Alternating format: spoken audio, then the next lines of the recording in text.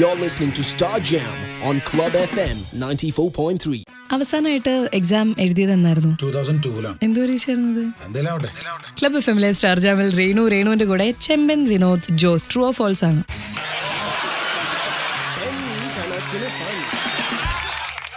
ദേഷ്യം വന്നാൽ എന്റെ കൺട്രോൾ പോകും. ദേഷ്യം വന്നാൽ കൺട്രോൾ കൊണ്ട് കാര്യം എന്താണ്? നമ്മൾ ദേഷ്യം എക്സ്പ്രസ് ചെയ്യൂല്ലേ, അത് കൺട്രോൾ, ഞാൻ കൺട്രോളിലായിട്ട് എക്സ്പ്രസ് ചെയ്യും. അങ്ങനെ. അപ്പൊ ശരി. പ്രതീക്ഷിക്കാത്ത പല VIPs പല പ്രമുഖരും എന്റെ അഭിനയത്തെ അഭിനന്ദിച്ചിട്ടുണ്ട്. അതിലൊരാളായിരുന്നു ലാലേട്ടൻ. ഞാൻ എന്റെ ലൈഫിൽ ലാലേട്ടനെ 2 പ്രാവശ്യം കണ്ടിരിക്കുന്നു. ഒരു ഫംഗ്ഷന് പോയപ്പോൾ, പക്ഷെ അത് അദ്ദേഹം വന്ന് അവിടെ സ്റ്റേജിൽ വന്ന് അങ്ങനെ പോയി അങ്ങനെ അത്ര അകലെന്ന് കണ്ടിട്ടുണ്ട്. അല്ലാതെ ഞാൻ ദുബായ് എയർപോർട്ടിൽ വെച്ച് കാണുന്നത്. ഞാനൊരു US നിന്ന് വരുമ്പോൾ ലാലേട്ടൻ്റെ ഞങ്ങൾ ഒരേ ഫ്ലൈറ്റിലായിരുന്നു. ഞാൻ ഏറ്റവും അവസാനം ഫ്ലൈറ്റിലേക്ക് കയറാൻ വേണ്ടി ഉള്ള പ്ലാനിലിരിക്കായിരുന്നു. അപ്പോൾ ഞാൻ നോക്കുമ്പോൾ തൊപ്പിയൊക്കെ വെച്ച് നല്ല സ്റ്റൈലായിട്ട് ഈ ചേട്ടനെ ഇവിടെ കണ്ടിട്ടുണ്ടെങ്കിൽ ഞാൻ അങ്ങനെ ശരിക്കും അയ്യോ ലാലേട്ടൻ. അപ്പൊ എനിക്ക് കൈവക്കി കാണിക്കണമെന്നുണ്ട്. പക്ഷെ ഞാൻ നോക്കുമ്പോൾ എന്നെ ലാലേട്ടൻ അറിയില്ല എന്ന് നമുക്കറിയില്ല, കാരണം അത് നിർബന്ധമില്ല. വിഷയത്തിൽ അത് മോശമല്ലേ. ലാലേട്ടൻ കുറച്ച് അകലേന്ന് ഇങ്ങനെ എസ്ലേറ്ററിൽ ഇറങ്ങി വരും. അപ്പൊ ഞാൻ അങ്ങനെ കൈവക്കി കാണിച്ചു. അപ്പൊ ലാലേട്ടൻ ഒന്ന് സൂക്ഷിച്ചിട്ട് പുള്ളി കൈവക്കി കാണിച്ചു. അപ്പൊ ഞാൻ രക്ഷപ്പെട്ടു, അറിയാം ലാലേട്ടൻ.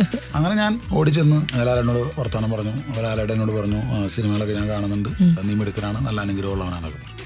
എന്താ പറയാ, അത് ഒരു ഭയങ്കര മൊമെന്റ് തന്നെയായിരുന്നു. ഞാൻ കുറച്ച് ചെറിയൊരു ഉറക്കത്തിന്റെ ഇതിലും നമ്മൾ ഈ ഫ്ലൈറ്റിൽ ഇരുന്നിട്ട് US അത്ര അങ്ങനത്തെ ഒരു ഇതിലായിരുന്നു. അപ്പൊ പെട്ടെന്ന് കേട്ടപ്പോൾ ക്ലിയർ ആയി. പൈസ ഉണ്ടാക്കാൻ റിയൽ എസ്റ്റേറ്റിനേക്കാൾ നല്ലത് സിനിമയാണ്. ഫോൾസ്. ഇനി ഞാൻ കള്ളൻ റോൾ ചെയ്യുന്ന പ്രശ്നമേ ഇല്ല. നമ്മളിനി 1 വർഷം കഴിയുമ്പോൾ ആൾക്കാർ ചെമ്പൻ കള്ളം ചെയ്യില്ല, അവനെ വിളിക്കണ്ടെന്ന് പറഞ്ഞാൽ അത് ശരിയാവില്ലല്ലേ. അതാണ് 1 വർഷം കഴിയുമ്പോൾ നമുക്കൊരു കള്ളം ചെയ്യാം. അതിനിപ്പോ എന്താണ്? ബാക്ക് സ്റ്റാബിങ് എനിക്കും ഉണ്ടായിട്ടുണ്ട്. ഓക്കേ.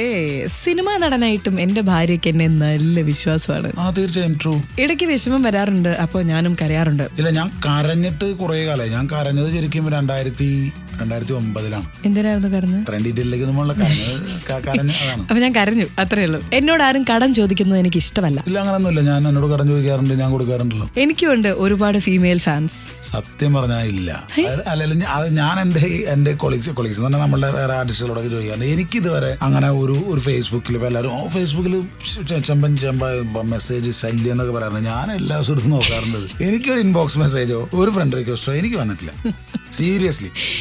എല്ലാവരും എന്റെ കേസല്ല, പല എന്നെ പോലെ ദുഃഖം അനുഭവിക്കുന്ന ഒരുപാട് ആർട്ടിസ്റ്റുകൾ മലയാള സിനിമയിലുണ്ട്. എല്ലാവരും ധാരണ മാർക്കൊക്കെ എന്താ എവിടെ ചെന്നാലും പെമ്പിള്, അതൊന്നുമില്ല.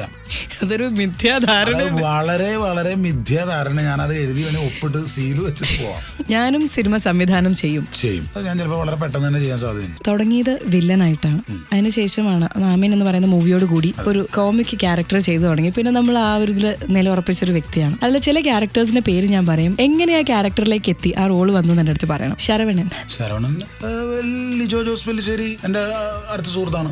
ലിജോ ആദ്യത്തെ ഫിലിം ഡയറക്ട് ചെയ്യുമ്പോൾ പോയപ്പോൾ അവിടെ സ്ക്രിപ്റ്റിന്റെ ഡിസ്കഷൻ കിടക്കുമ്പോൾ ഞാനിങ്ങനെ ഇടയ്ക്ക് പോയി വർത്താനൊക്കെ പറഞ്ഞിരിക്കും. അവൻ പറഞ്ഞിങ്ങനെ പോലീസ് ഓഫീസർ, അവൻ വേറെ ആരാണോ അന്നത്തെ ഒരു മെയിൻ നല്ലൊരു സപ്പോർട്ടിങ് റോൾസ് ചെയ്തുകൊണ്ട് ആരാണോ ഉദ്ദേശിച്ചത്. അപ്പൊ ഞാൻ പറഞ്ഞാ സ്ഥിരം കാണുന്ന ഒരു ക്ലീഷ ഓഫീസർ അല്ലാതെ കുറച്ചുകൂടി ഒരു വേറെ ഇതിലേക്ക് വെക്കാൻ പറഞ്ഞപ്പോൾ അവനിങ്ങനെ ആലോചിച്ചിട്ട് പറഞ്ഞു, പിന്നെ നിനക്കത് ചെയ്തുകൂടെ?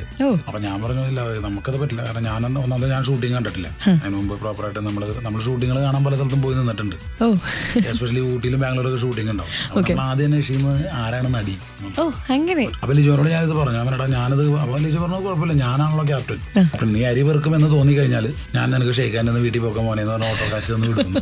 പൈലക്കുട്ടി നമുക്കൊരു സൗത്ത് ഇന്ത്യൻ വില്ലന്റെ എല്ലാ രൂപഭാവങ്ങളും സൗന്ദര്യവും ഒക്കെ ആണല്ലോ നമുക്കുള്ളത്. അപ്പൊ ഞാൻ ആ പ്ലാനിൽ ഇങ്ങനെ പോയിട്ടിരിക്കുമ്പോഴാണ് ഞാൻ പറഞ്ഞാൽ ഞാനിങ്ങനെ കോമഡി ചെയ്താൽ നിൽക്കുവോ?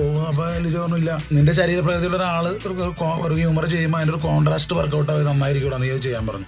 ട്യൂബ്ലൈറ്റ് മണി തമാർ പടാർ ദിലീഷ് നായർ വന്ന് എന്നോട് കഥ പറഞ്ഞപ്പോൾ തന്നെ എനിക്കത് ഭയങ്കരമായിട്ട് ഇഷ്ടപ്പെട്ടു. ഇനി പേഴ്സണലി എന്നെ പേടിപ്പിച്ച, അല്ലെങ്കിൽ അത് കാണുമ്പോൾ ഓരോ തവണയും ഉഫ് എന്ന് വിചാരിച്ച ഒരു ക്യാരക്ടറുണ്ട്, ദിമിട്രി, യോബിന്റെ പുസ്തകത്തില്. തീർച്ചയായിട്ടും താങ്ക്സ് ടു അമൽനീരതായിട്ട് ഞാൻ നല്ല സൗഹൃദമാണ്. അങ്ങനെയുള്ള സൗഹൃദ വേളകളിൽ പുള്ളി പറഞ്ഞ ഇങ്ങനെ ഒരു ക്യാരക്ടറിന്റെ ചെയ്യണം, താടി വളർത്തണം എന്ന് പറഞ്ഞു. അതിനുശേഷം പിന്നെ അങ്ങോട്ട് വന്ന ക്യാരക്ടേഴ്സ് മാരൻ, മാർട്ടിൻ, നിക്കോളാസ്, ബെന്നി, മൊത്തത്തില് കള്ളന്മാരുടെ ഒരു അന്താരാഷ്ട്ര സമ്മേളനം നടത്തിയ നിങ്ങൾ അതിന്റെ പ്രസിഡന്റായി നിൽക്കുന്ന ഒരു അവസ്ഥയിലേക്ക് പിന്നെ വന്ന് ഈ ഒരു ബോധ്യം ഉള്ളിലുണ്ടായിരുന്നു. കള്ളനാണല്ലോ സ്ഥിരം ചെയ്യുന്നത്, അപ്പൊ ഇത് മാറ്റി പിടിക്കണമല്ലോ. ഞാൻ വിചാരിച്ചു എന്തായാലും ആളുകൾ പറയട്ടെ, ആളുകൾ ഇങ്ങനെ പറയുമല്ലോ. മാരൻ വന്നപ്പോ ആ ക്യാരക്ടർ നമുക്ക് ഒരിക്കലും തള്ളിക്കളയാൻ തോന്നുന്നു. തോന്നില്ല. അതെ, സെക്കൻഡ് ക്ലാസ് യാത്ര അവർ പറഞ്ഞപ്പോൾ എനിക്ക് ഭയങ്കര ഇഷ്ടപ്പെട്ടു. നിക്കോളാസ് ആയാലും ഞാനും വിനയ് ഫോർട്ട് കോമ്പിനേഷൻ അത് ചെയ്യുമ്പോഴായാലും നമുക്ക് പിന്നെ അത് കഴിഞ്ഞിട്ട് ബെന്നി വന്നപ്പോൾ ഞാൻ ഈ ആ ഡയറക്ടറോട് ഞാൻ പറഞ്ഞു, ജിജു അശോകൻ എന്ന് പറഞ്ഞ ആളാണ് ഉറുമ്പുകൾ ഉറങ്ങാറുള്ള ഡയറക്ടർ. ഞാൻ പറഞ്ഞു ഇങ്ങനെ ജിജു ഞാൻ കള്ളന് കുറെ 3 ഫിലിം ചെയ്തു, അതുപോലെ ചേട്ടാ അത് ചെയ്തത് നന്നാവും അങ്ങനെ ഇങ്ങനെ പറഞ്ഞ് പലപോലെ അത് സ്ക്രിപ്റ്റ് പറഞ്ഞപ്പോൾ അത് നല്ലൊരു സിനിമയായിരുന്നു. ഉറുമ്പുകൾ ഉറങ്ങാറില്ല നല്ല ഫിലിമായിരുന്നു. എനിക്കത് പറഞ്ഞപ്പോൾ പിന്നെ ജിജു അശോകൻ എന്ന് പറഞ്ഞ ഡയറക്ടറോട് പേഴ്സണലി എനിക്ക് ഭയങ്കര ഒരു ഈസ് ആൻ ഇൻട്രസ്റ്റിംഗ് പേഴ്സൺ. അപ്പൊ അങ്ങനെയാണ് അത് ബെന്നിയൊക്കെ ചെയ്തത്. അല്ലെങ്കിൽ ഞാനത് ചെയ്യില്ലായിരുന്നു. ഇനി കള്ളൻ അതെ ചോദിക്കാൻ വന്നത്. ഇനി കള്ളനില്ല. ഒരുപാട് ഡയറക്ടേഴ്സിനോട് അഭിനയിച്ചിട്ടുണ്ട്. ഇതിൽ 3 ഡയറക്ടേഴ്സിന്റെ പേര് ഞാൻ ചോദിക്കും, അവർ തമ്മിലുള്ള വ്യത്യാസങ്ങൾ പറയണം. ആ ഒരു മൂവിയിൽ അവരുടെ ഡയറക്ഷനിലുള്ള വ്യത്യാസം. ലിജോ ജോസ് പെല്ലിശ്ശേരി ഒരു പെർഫെക്ഷനിസ്റ്റ് ആണ്. പെർഫെക്ഷൻ എന്ന് പറഞ്ഞാൽ ലിജോ നമ്മൾ അഭിനയിച്ച് കാണിച്ചു തരും. അമൽ നീരദ് ബ്യൂട്ടിഫുൾ ഫിലിംസ് ആണ് അദ്ദേഹം ഉണ്ടാക്കാൻ ശ്രമിക്കാറ്. വിഷ്വൽ ക്വാളിറ്റിക്ക് കൂടുതൽ മുൻതൂക്കം കൊടുക്കുന്ന പോലെ എനിക്ക് തോന്നിയിട്ടുണ്ട്. അമൽ നീരദ് ഇന്ത്യയിൽ തന്നെ ഒരു നമ്പർ 1 ക്യാമറമാൻ തന്നെയാണ്. ആ ക്വാളിറ്റി അയാളുടെ ഡയറക്ഷനിലും ഉണ്ട്. ഇനി ചാച്ചു അനിൽ രാധാകൃഷ്ണൻ. ചാച്ചു ഇതാണ് ഇതിനകത്ത് വ്യത്യാസം. അമൽ നീരദോ ലിജോ ഒരു ഫിലിം ചെയ്യുമ്പോൾ നമ്മളിങ്ങനെ വെറുതെ ആയിരിക്കും 5 വർഷം ഒരു ഫിലിം ഡയറക്ട് ചെയ്യാന്നുള്ള ഐഡിയ ഇവരുടെ ഫിലിം എടുക്കുക. നമ്മളൊരിക്കും എന്റെ പൊന്നോ ഇത് നമുക്ക് പറ്റിയ പണിയുടെ ഭയങ്കര. ഇവിടെ ചാച്ചു വന്ന് ഫിലിം എടുക്കുമ്പോൾ ചാച്ചു ഭയങ്കര കൂളാണ്. എന്താ വെച്ചാൽ ഞാൻ ഇവർ ഒച്ച വേണമെന്നല്ല പറഞ്ഞ കൂളെന്ന് പറഞ്ഞാൽ ചാച്ചു ഫിലിം എടുക്കുന്ന നമുക്ക് തോന്നും ഇത് പാർക്കും ചെയ്യാലോ അങ്ങനെ തോന്നും നമുക്ക്. അത് ഓരോ സെറ്റ് ഡയറക്ടേഴ്സിന്റെ ഒരു ഗ്രൂപ്പിന്റെ വ്യത്യാസമാണ്. അപ്പൊ ചാച്ചു നമുക്ക് ഈസി ആയിട്ട് തോന്നും. ലിജോ നമുക്ക് എന്റെ പൊന്നോ സിനിമ ഡയറക്ഷൻ ചിന്തിക്കാനേ പറ്റാത്ത കാര്യമാണ് എന്ന് തോന്നും. പിന്നെ അമലിന്റെ സെറ്റൊക്കെ ആണെങ്കിൽ സൈലൻസ് പ്ലീസ് ഭയങ്കര ഇതിൽ പറയും. അമലിന് ഭയങ്കര ഗാംഭീര്യമുള്ള ശബ്ദമാണ്. അതെ, പിന്നെ പുള്ളിയെ കണ്ടു കഴിയുമ്പോഴും നമുക്ക് തോന്നും ഞങ്ങളോരോ പ്രായമാണെങ്കിൽ ഞാൻ ചേട്ടാന്ന് വിളിക്കണേ, നമുക്ക് ചേട്ടാന്ന് വിളിക്കാൻ തോന്നൂല അമലിനെ. നല്ല അങ്ങനെയാണ് സൈലൻസ് വരണേന്നാ തോന്നുന്നത് ആയിരിക്കും. നോർത്ത് 24 കാതം ഇയോബിന്റെ പുസ്തകം എല്ലാം ഫഹദിന്റെ കൂടെയായിരുന്നു. So what is Fahad? How is Fahad? Fahad is a fantastic actor, no doubt. So how is Dulquer? Dulquer is a gentleman. I don't know why everybody says that. ഇവിടെ വന്ന എല്ലാവരോടും ദുൽഖറിനെ കുറിച്ച് ചോദിച്ചപ്പോൾ എല്ലാവരും പറഞ്ഞ ഒറ്റ വാക്കിലാണ് he is a perfect gentleman. Dulquer വരുന്നു, എന്താ പറയാ, സംസാരിക്കേണ്ടവരോട് സംസാരിക്കുന്നു. ദുൽഖർ ഇത് ചെയ്യുന്നു പോകുന്നു. വേറെ ഒരു അങ്ങനെ പരിപാടികളൊന്നുമില്ല. സപ്തമശ്രീ, തസ്കര, പാവാട, ഡാർവിൻ, പൃഥ്വിരാജാണ് വന്നിരിക്കുന്നത്.